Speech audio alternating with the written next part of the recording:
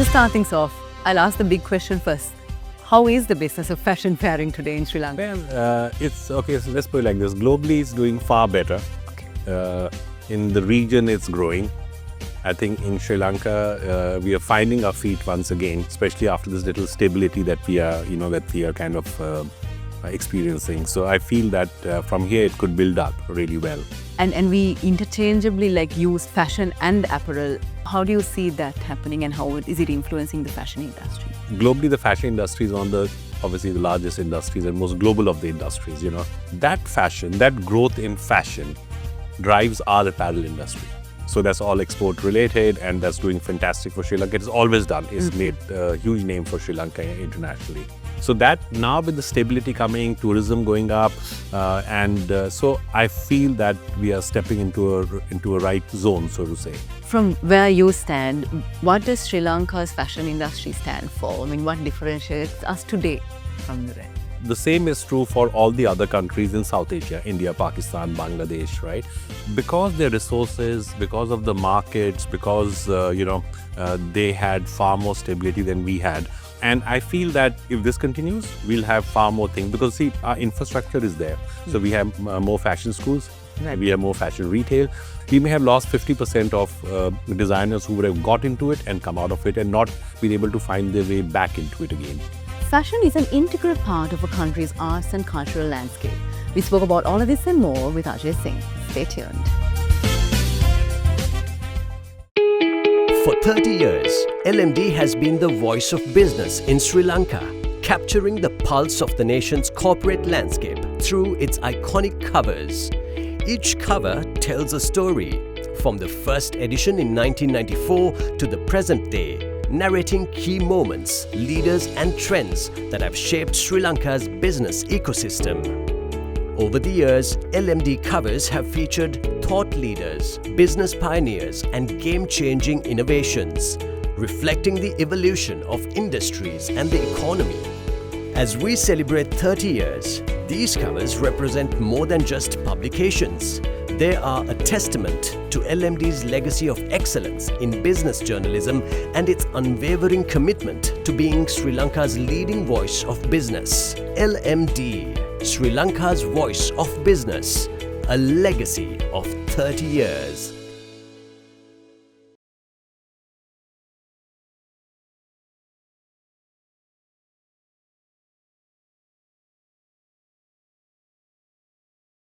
Hello and welcome to LMDtv. We're zooming in on the business of fashion today. And I'm here with Ajai Singh, who is the Managing Director of Sri Lanka's premier fashion development platform, Colombo Fashion Week. Welcome to our show. Thank you. Good to be here. Lovely to have you. To start things off, I'll ask the big question first. How is the business of fashion faring today in Sri Lanka? Well, it's okay. So let's put it like this: globally, it's doing far better. In the region, it's growing. I think in Sri Lanka, we are finding our feet once again, especially after this little stability that we are kind of experiencing. So I feel that from here it could build up really well. So I think overall we're in a good place. Lovely. And we interchangeably use fashion and apparel. You're talking of both together because we are also seeing apparel is being impacted unfairly, I suppose.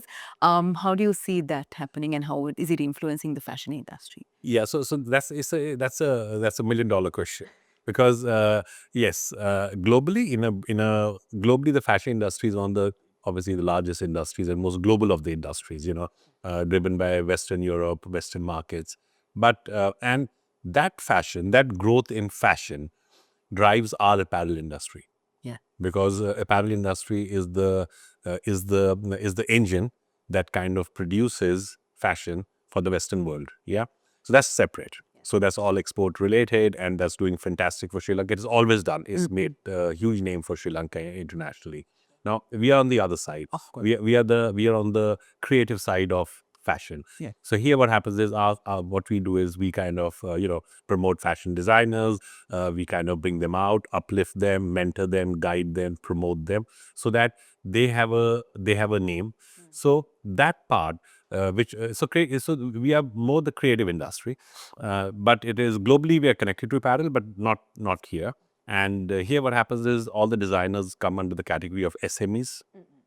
So in SMEs, they pretty much have their own little units that support their creative expressions, which you and I see as fashion, you know. So that now with the stability coming, tourism going up, so I feel that we are stepping into a right zone, so to say. Lovely. That clarity, I think, is a really good step to start the discussion. Ajay, if I ask you, like, from where you stand, what does Sri Lanka's fashion industry stand for? I mean, what differentiates us today from the rest? Okay, so that's again, like I said, that's like $1 billion question now.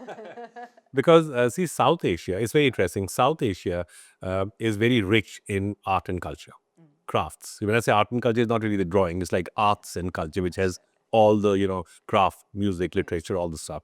Now, the same is true for all the other countries in South Asia, India, Pakistan, Bangladesh, right? Now, within that, what happens is other countries have been able to kind of fuse their craft and culture into their fashion. Not, I'm not calling it the ethnic fashion. In the same way, they've been able to create their craft and culture into the Western orientation of their fashion. Got it. And but because their resources, because of the markets, because they had far more stability than we had, right? So they are far more better placed than we are. Yeah. Okay. Now we are. So if you realize that after the 25 years of war, and then just about 10 years of little stability, and then again everything goes south. Yeah. We came up, went down. So now I feel that we begin to look up again. Right. Okay, and I feel that if this continues, we'll have far more things, because see, our infrastructure is there. So we have more fashion schools. Right. We have more fashion retail. So when we, as Colombo Fashion Week, we do our call out for the emerging designer program of Colombo Fashion Week was launched pretty much when we started it, 2003, right? 80% of designers you see today have come out of that program. Wow. Okay, so now that program is where we realize, okay, the potential behind designers. And see, designers also need to understand that they are small businessmen. Yes. So they're entrepreneurs, right? They're entrepreneurs. So there is no way that you can create a huge piece of creation and not being able to sell it. Then you'll go bankrupt. So they're all, so what you call them as design entrepreneurs.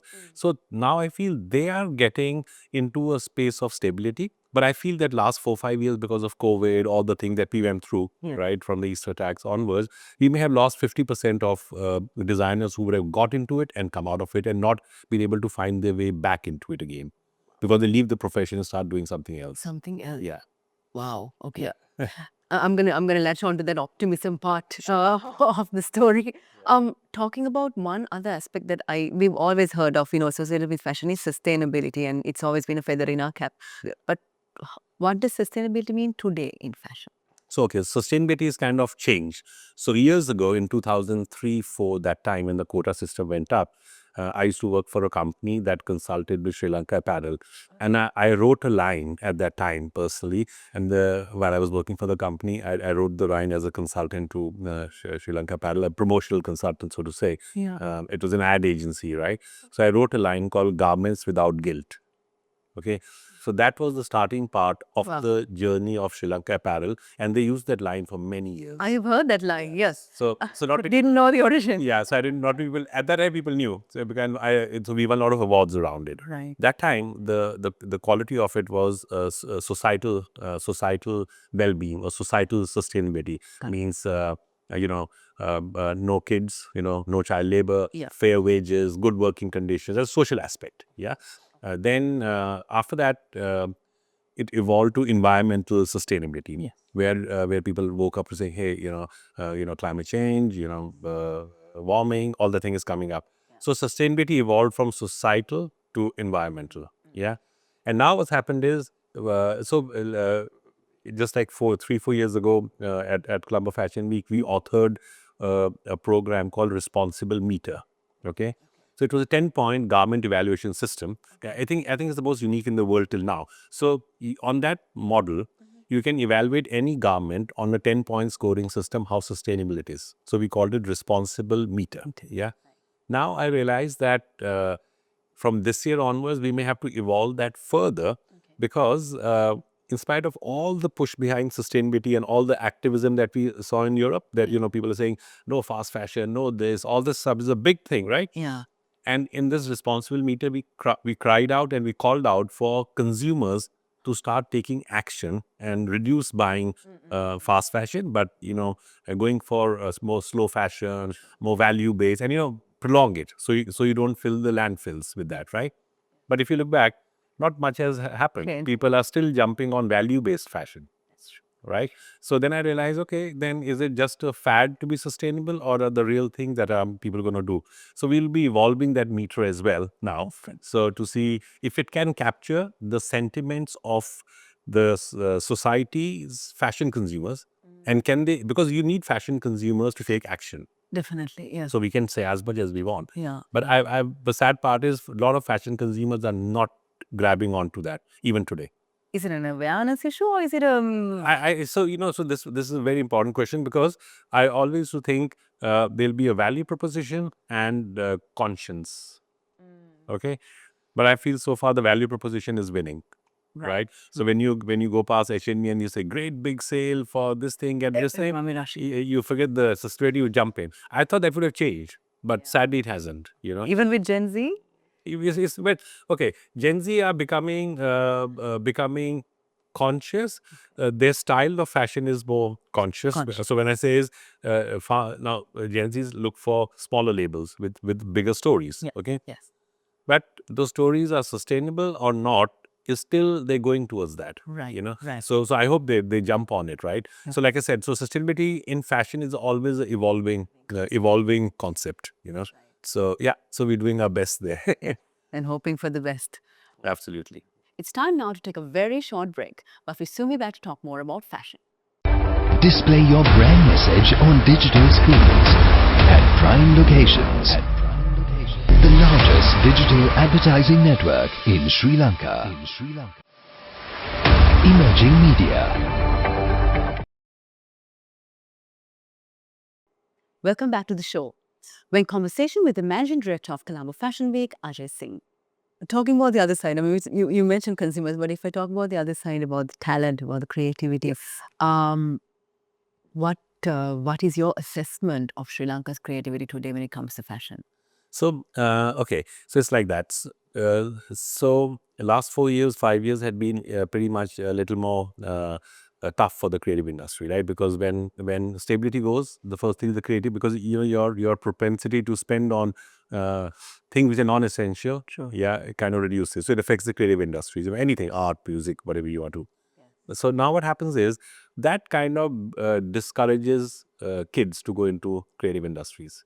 Oh. Then parents at home say, why do you look for stable jobs? Yeah. So then there's a little shift away. Yeah. So now what happens? The talent pool reduces. Yeah. So now, but if your families are stable, if you come from little more well-to-do families, then you can take a risk. Yeah. But our thing is now we're trying to. That's why. So it's a with Colombo Fashion Week, we always try to drive the fashion ecosystem. Okay. So it was okay. Who are the young designers? And we don't want to just leave them at Fashion Week because it takes us 6 months to prepare them. So each designer will go through at least 6 months of conversations, working, discussions, what kind of trends, where it will go. Then we get them there, and we try to minimize the risk. Means once they show, they should be captured by media, they should be consumed by fashion consumers, and their market should expand. It means can they go to India? Can they go to the region? Can they go to, like, we are part of Commonwealth Fashion Council. Right. I'm a board member of that, and I'm also part of the BRICS Fashion Council. So can we take them to Commonwealth? Can we take so this step, right? Yeah. Now we are trying very hard to put the steps back again, because the steps were kind of a little far. Yeah. So our thing now is that if we are able to put those steps together, where they come, the same process, they come, they show, they get consumed, and then they're able to go to the next level, then I feel the talent pool is going to increase, because more would want to come into fashion. Exactly. It'll look attractive and lucrative. Absolutely. So the talent is there, Yeah. right? Yeah. Even the tools for them to expand is there. Now I think the structure is there. You have a platform like ours, which is 22 years in business. We are like one of 4 in Asia which are over 20 years old. So that's Japan Fashion Week, India Fashion Week, Australia Fashion Week, and Sri Lanka. Oh, lovely. Ours. Yeah. So these are like one of 4. So we're already known Right. So designers who show at Fashion Week, they have this kind of endorsement that, they must be good because they're on a platform which is like that, right? So with that, we are hoping that the pool and the ecosystem will attract more, and we take it to the next level. And when we talk of the pool, seasoned as well as new, what are the biggest strengths that they can really The strengths that they have or what they can work on. I'm going to ask that question next. Okay. So first, what they have. Well, what they have is the first is the passion to get into fashion is something, the first strength, your willingness to be there. I mean, if you look at it, years ago I used to have a brand called Arugambe. These colorful flip flops. Yeah, years ago. But yeah, I lost the energy to drive it. Okay. So. Because a lot of things happen, in the Easter attacks and things like that. Now, I was so happy to see Lovi come off. Yeah. Now, Lovi was part of our, so I used to have this thing called Project 7. We'll pick up 7 designers, train them for 3 months. So he was one of the first ones in the first class who came, and he was excellent. He would be like, he will get everything out of me when we're teaching, and he launched, right? Now, see, that willingness is present in everyone. Can you ignite it to go? And then, so I feel that strength, right, is there, and the opportunity, because it's still a smaller market. You can make mistakes, but you can come back up again, and then from there you can take to the next level. And what do they need to improve on? So, okay, first is the exposure level, because when you're in markets like India next door, or even Pakistan, right, their exposure level and constantly working at it. I feel our quality benchmark needs to improve. Okay. Yeah, the quality benchmark. Sometimes we get too emotionally involved with the design, Right. and the product does not really look that good. Means, when I say product, means the quality of it. Right. So product will look great when you go and pick it up and you look at little scenes behind it, because the whole emotions went in creating it emotionally, but not as a product to buy. Yeah, because any consumer will look at that first. Definitely. Yeah. Then the question comes, okay, now do we buy it? Is it not worth it? So that exposure level. So there are a few things like that, but opportunity is for sure there. This might sound like an unfair question, but when you talk of the exposure level, are our consumers fashionably conscious and aware enough to make that kind of informed demand decisions? So our consumers are not different than any other consumers in the world. So each consumer in any country will have the innovators on top who are there to experiment. But bigger countries with bigger markets, we have more of the experimenters. Then below them are the ones who follow. Okay, that Early majority. Exactly. Then you come down is mass, right? So, but in other, say in India or Pakistan or Bangladesh, that pool is bigger. Yeah. So that pool, people who try experiment, that market is for the designers. Right. But from there, it starts seeping in. So people on top, they experiment more. As you go down, they start experimenting less, and then they go to the classics. But on top also, the people who love classics. So so if fashion is a way that you can pick up a angle and build on. Right. So like Paul Smith in England, he calls his thing is modern with a twist, or a retro with a twist. So everything you pick up retro and twist it. Yeah. So you can go so many angles, for that. Ajay, it's been such a lovely discussion, but unfortunately, I'm at my last session. Sure. So if I ask you something like looking at it a little bit towards the future, what are the trends that you think and see are influencing fashion in Sri Lanka maybe in the next year? So, okay, more than let's say what's influencing around the world, Right. and our part of the world, and where Sri Lanka can really benefit. That might be better question. Yeah. So now what's happening is suddenly there's this whole ecosystem of nationalism. Okay, whether you take US, you take Russia, you take India, Well, the UK, yeah. we take wherever, right? Now, if you look down, it stems from the fact that people are looking for identity. Yeah. Right. What kind of identity is a thing? Now, when you look for identity, it most of the time is defined out of your own culture. Yes. Yeah, what you stood for, how you express it, where you're going with that, right? Now, that's the thing that a lot of designers are now jumping onto. So they're saying, okay, identity means let's explore and dig into our culture. What kind of crafts we have, what kind of crafts we had. So we launched something called a craft fashion fund early this year. So we had a fund given to young designers who used craft other than batik, right, in their collection. So the idea was, let's dig out these crafts so designers can jump onto that, start using it in their collection. So when you start using it, your product will look different and no one else in the other part of the world can copy it. And it will have a demand because it will be unique. Then our second fund was on batik. So for batik designers, because we wanted, more and more younger batik, because batik deserves so many other artists and designers, because batik is unique. Now, these two products is what we think will really help designers to find new markets, expand their businesses. Batik is something when the tourists come here, which we're saying are 2-3 million, that's something they would buy. But do we have designers selling that? So their market opportunities are available. Now they need to jump on it. And so I feel this trend of digging more into arts and culture and finding something unique, which you can, because art and culture is so unique of every country. So there'll be something that you can pick from there and create. So that is a trend around the world. So all the countries, all the emerging markets are doing that. So Sri Lanka can as well. I hope we do that. I hope we see more of that. Thank you, Ajay. Thank you very much. We've been in conversation with the Managing Director of Sri Lanka's premier fashion development platform, Colombo Fashion Week, Ajai Singh. Thank you very much for all your insights. Love the conversation. Thank you very much. Thanks for having me. And thank you to all our viewers for joining us. Until next time, take care. Don't forget to subscribe to our YouTube channel and follow us on Facebook, LinkedIn, Instagram, and X. Thank you for watching and stay safe.